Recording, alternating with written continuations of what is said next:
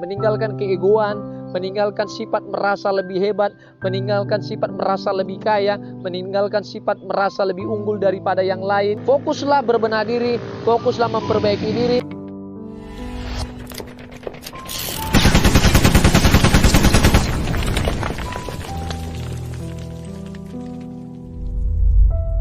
Shalom Bapak Ibu Saudara yang dikasihi Tuhan Yesus, kembali dalam program Tuhan Pendesainku.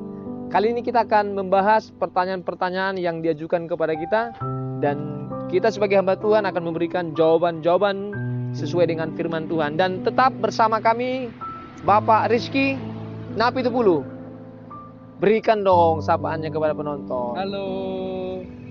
Baik Bapak Ibu, kita lanjut saja ke program Tuhan Pendesainku, dan kita akan mendengarkan pertanyaan-pertanyaan yang disampaikan oleh Pak Rizky, ya. Baik, silakan Pak Rizky. Pak, saya ingin bertanya.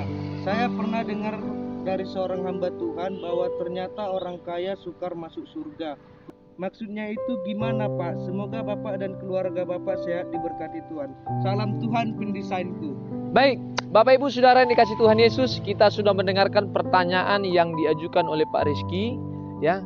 Kita akan menjawab sesuai dengan firman Tuhan. Bapak Ibu bisa simak video ini, bisa saksikan video ini.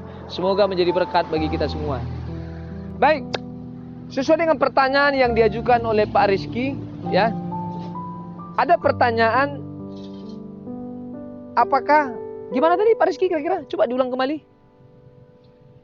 Jangan lihat ininya dong. Pak Rizky kan sudah baca tadi, ngapain lihat teksnya lagi? Langsung saja. Saya nggak hafal. Wah, ini harus banyak belajar ini. Sebenarnya sih saya masih ingat, hanya cuma ini buat Pak Rizky supaya. Ada pertanyaan seperti ini, Pak. Gimana? Salam Pak Pendeta.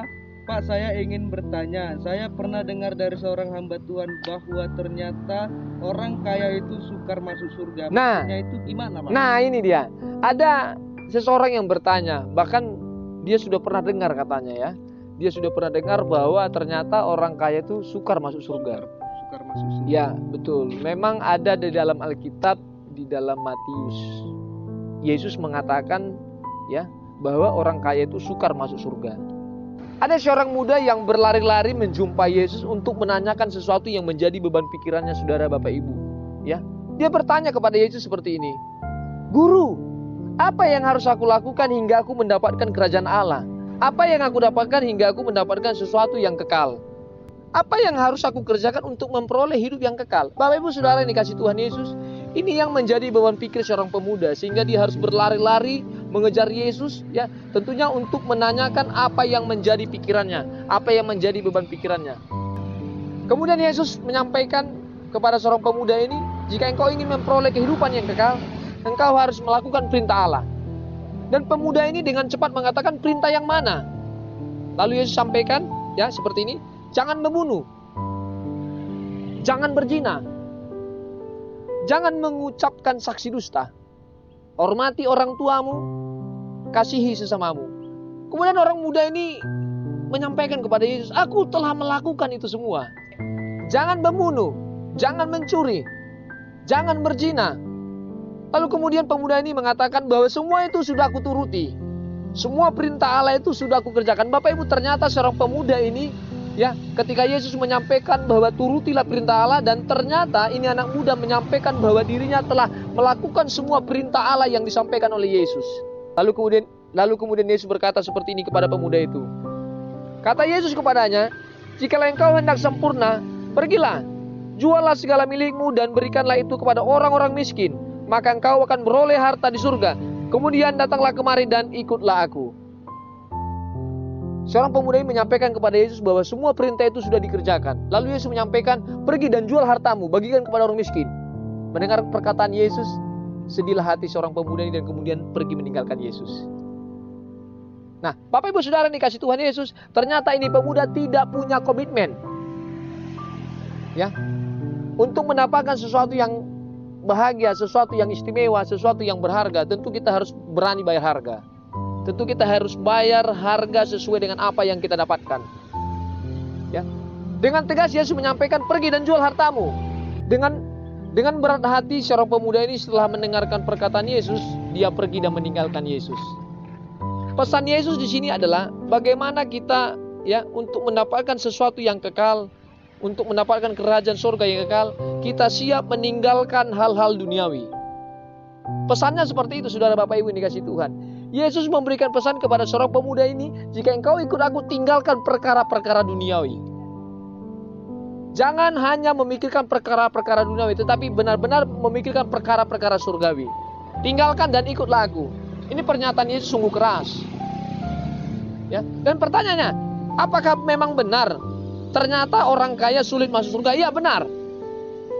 Karena apa? Kebanyakan orang kaya terlalu fokus dengan hartanya.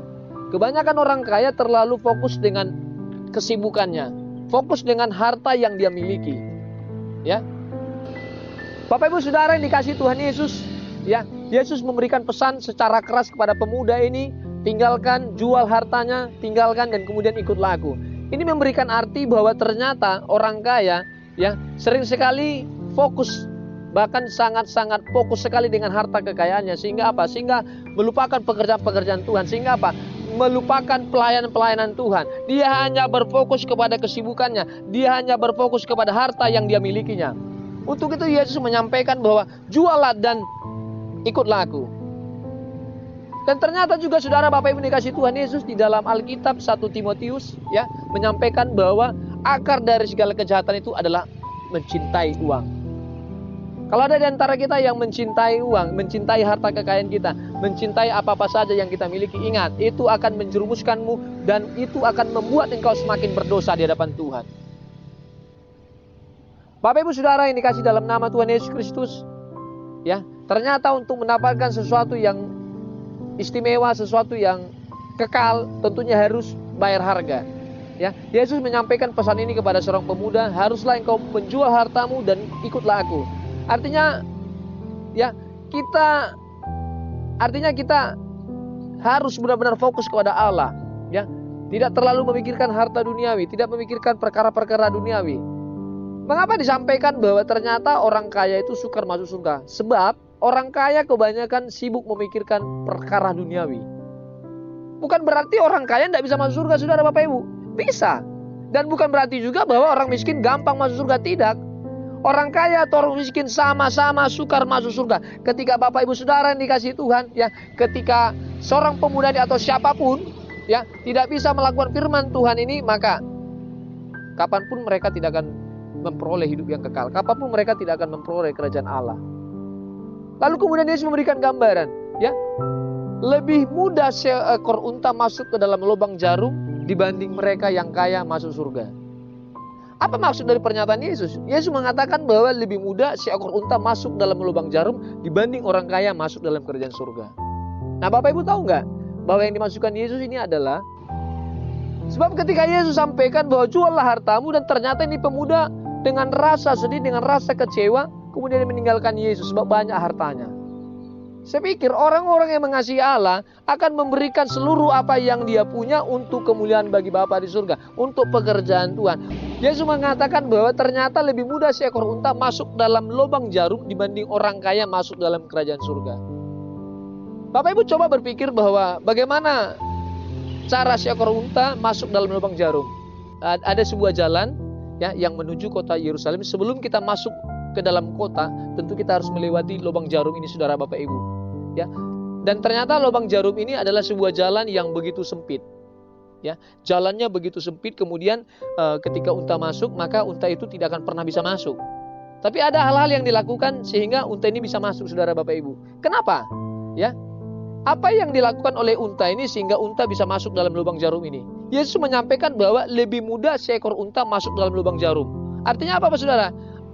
Saya mau sampaikan bahwa lubang jarum yang dimasukkan Yesus di sini adalah satu jalan menuju kota Yerusalem. Ya, ketika Bapak Ibu akan pergi ke kota Yerusalem, maka Bapak Ibu melihat dan melintasi jalan yang namanya lubang jarum. Dan unta tidak akan pernah bisa masuk ke dalam lubang jarum ini kecuali melakukan beberapa syarat. Yang pertama, supaya unta bisa masuk ke dalam lubang jarum ini, yang harus dilakukan unta adalah harus menundukkan diri.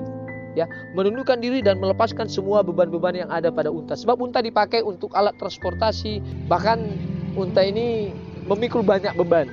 Dan unta ini cukup tinggi, saudara, ya.